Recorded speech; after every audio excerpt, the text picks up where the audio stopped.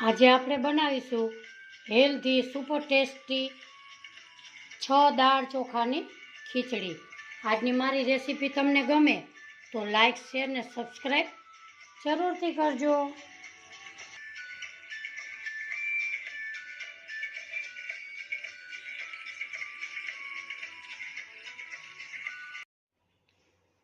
હાલો, જય શ્રી કૃષ્ણ। મારા કિચનમાં બધાનું હાર્દિક સ્વાગત છે।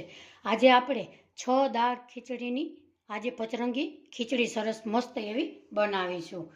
આજે આપણે સૌપ્રથમ 1 વાટકી ચોખા લીધા છે અને અડધી વાટકી બધી દાળ લીધી છે। મસૂરની, તુવેરની, મગની, મગછળી, ચણાની। હવે આ બધી દાળને આપણે એક બાઉલમાં લેશું। એને આપણે 3 થી 4 પાણીએ ધોઈ લેશું।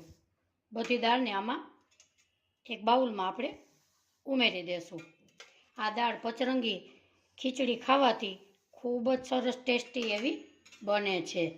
અહીંયા આપણે 6 દાળને આપણે ચોખા સહિત મિક્સ કરી લીધી છે। હવે આપણે 3 પાણીએ સરસ ચોખ્ખા પાણીએ ધોઈ અને 10 મિનિટ ચોખ્ખું પાણી રાખી અને પલાળી દેશું।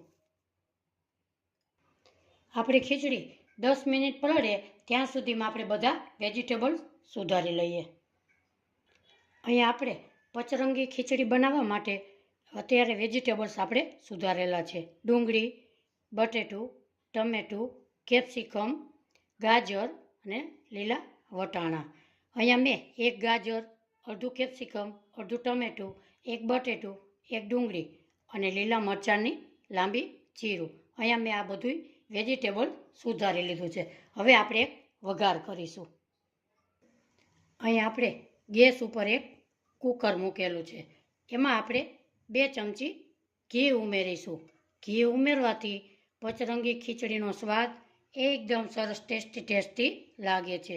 2 ચમચી તેલ ઉમેરીશું। એને આપણે ગરમ થવા દેશું। આપણે અહીંયા તેલને ઘી એકદમ સરસ ગરમ થઈ ગયા છે। આપણે 1 ચમચી રાઈ નાખીશું, 1 ચમચી જીરું નાખીશું, થોડીક એવી હિંગ નાખીશું અને આપણે ખડા મસાલા નાખીશું।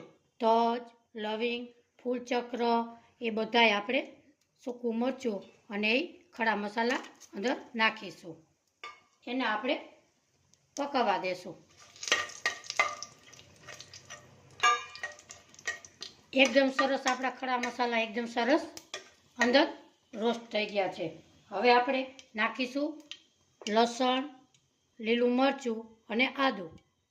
એને પણ આપણે ઉમેરી દેશું અને મીઠા લીમડાના પાન નાખીશું। એને આપણે એકદમ સરસ પકાવી લેશું એટલે ખૂબ જ સરસ આપણી પચરંગી ખીચડીમાં ટેસ્ટ આવે। હવે આપણે નાખીશું 1 ડુંગળી। ડુંગળીને આપણે એકદમ સરસ અંદર શેકી લેશું।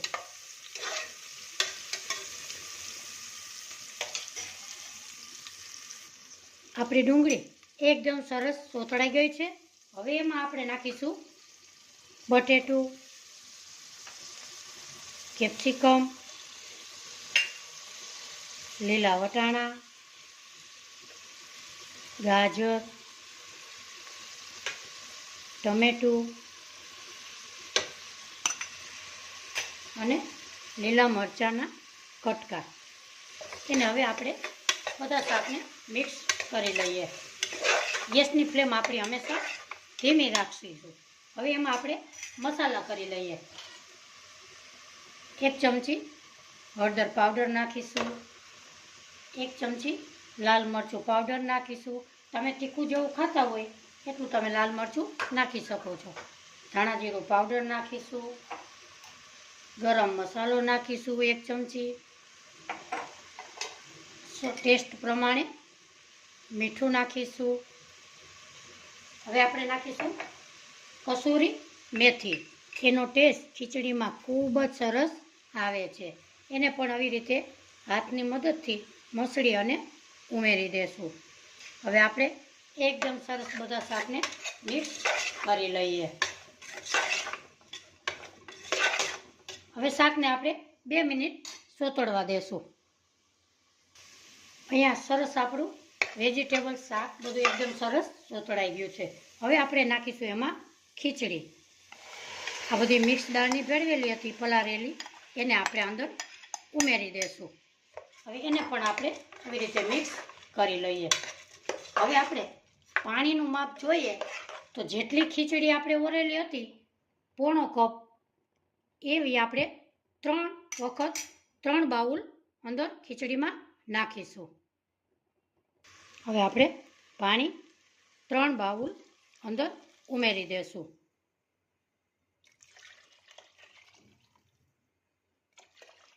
આપણે 3 બાઉલ પાણી નાખેલું છે. હવે એને આપણે સરસ ચમચો ફેરવી અને આવી રીતે એકદમ સરસ મિક્સ કરી લઈએ. આ ખીચડી તમે 1 વખત બનાવશો તો અઠવાડિયામાં 3 વખત જરૂરથી બનાવશો.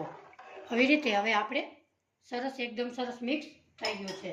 હવે આપણે ઢાંકણને ઢાંકી અને ગેસની ફ્લેમ મીડિયમ ટુ લો રાખી અને 4 સીટી વગાડીશું. અહીંયા આપણે વાગી ગઈ છે.